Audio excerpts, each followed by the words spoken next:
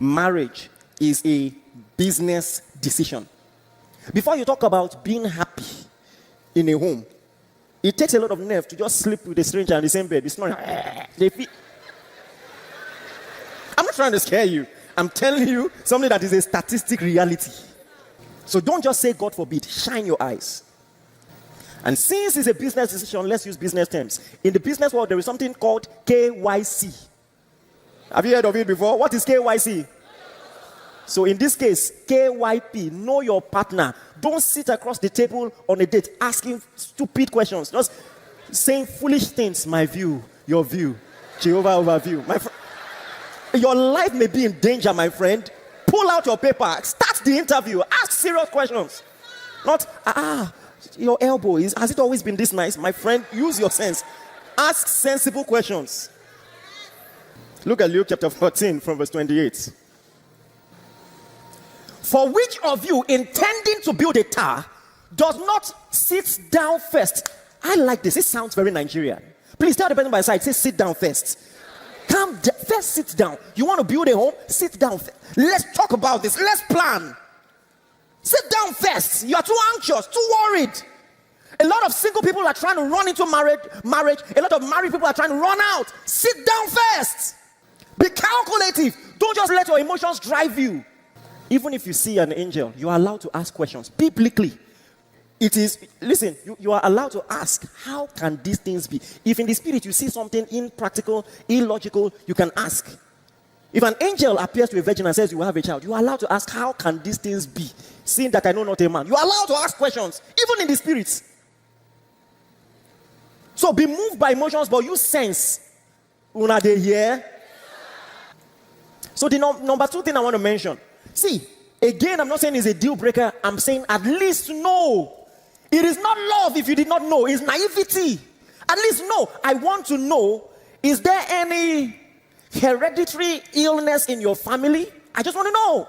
Listen, I believe in the healing power of God. I believe that there is no yoke that the Lord cannot break. I just want to know. I just want to know. I just want to know. Have you done any operation before? Any medical surgery? I just want to know. Have you done any medical surgery before? I just want to know. Next of kin, they give kidney. You don't know.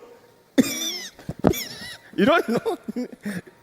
If that person's kidney should fail, you are the first person they will ask. So let's check if it matches. You think next of kin is just to inherit house? Kin, kidney, they rhyme, you see? If you dey high, pipe well.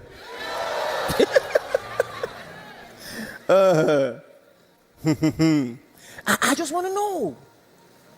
Do you have uterus? I just want to know. Okay. You know, one of the ways that God shows me that I'm supposed to talk about something is by kairos. He just finds a way to crystallize what I'm saying by confirmations here and there. And so I was scrolling the internet. Interestingly, someone that has told me I've been a blessing to him at one point in his life. He attended a program that changed his life. His name is Victor, and he said something very profound. He said, when I tell you that I was born into a family of privilege, I know your mind will immediately go to finances. And my parents were not stinkingly wealthy. So what privilege am I talking about? He said he was born into a family of love, and he cannot tell you how important that is.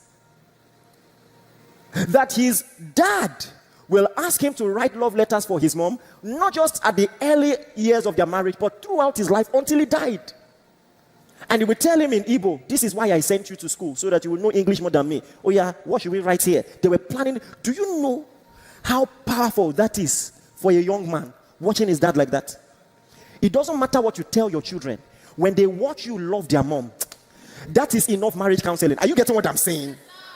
Have you seen a girl who grew up loved in a home before? Do you realize they are different outside? Have you observed what I'm telling you? A girl whose dad was present, whose dad loved her, the confidence is different. What do you want to tell her? I love you. She has heard it many times, my friend. She has heard it many times. I've told you, not just psychologically, but spiritually also. The power of a positive image.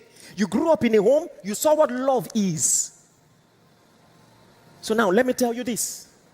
I am not saying it's a deal breaker. It is proven psychologically that if what I'm about to mention is not present, see, the effect of bad relationships can be reprogrammed by new positive relationships. If you grew up in a dysfunctional home, but you are able to develop strong, healthy connections with friends, it can heal you, psychologically proven.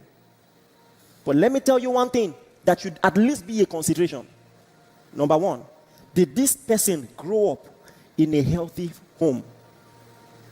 Has this person seen love repeatedly?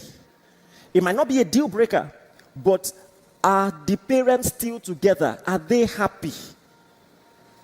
I know many people who went on to have a good life, good character, in spite of this. But is it more often than not a factor to how sensible the person is? Yes. If you're not careful, if you're looking at the parents, you're looking at the future of your marriage. In some cases. You know why the movie Cinderella was a global hit? It's because subconsciously we don't realize how relatable that is. It is also statistically proven. The number one indicator of domestic abuse in a home is that one of the parents is not a biological parent. I know your stepmom loved you. Thank God for your life. I am saying there is statistics to prove that either emotional, verbal, or physical abuse, one of the number one indicator by a factor of 100 is that one of the parents is not biological. So I'm just saying, nobody should be made to pay for their parents' decisions. All right? And you also shouldn't be made to pay for it. So if the person didn't have all of that, at least has the person healed? Just heal before we have anything. Heal before we deal.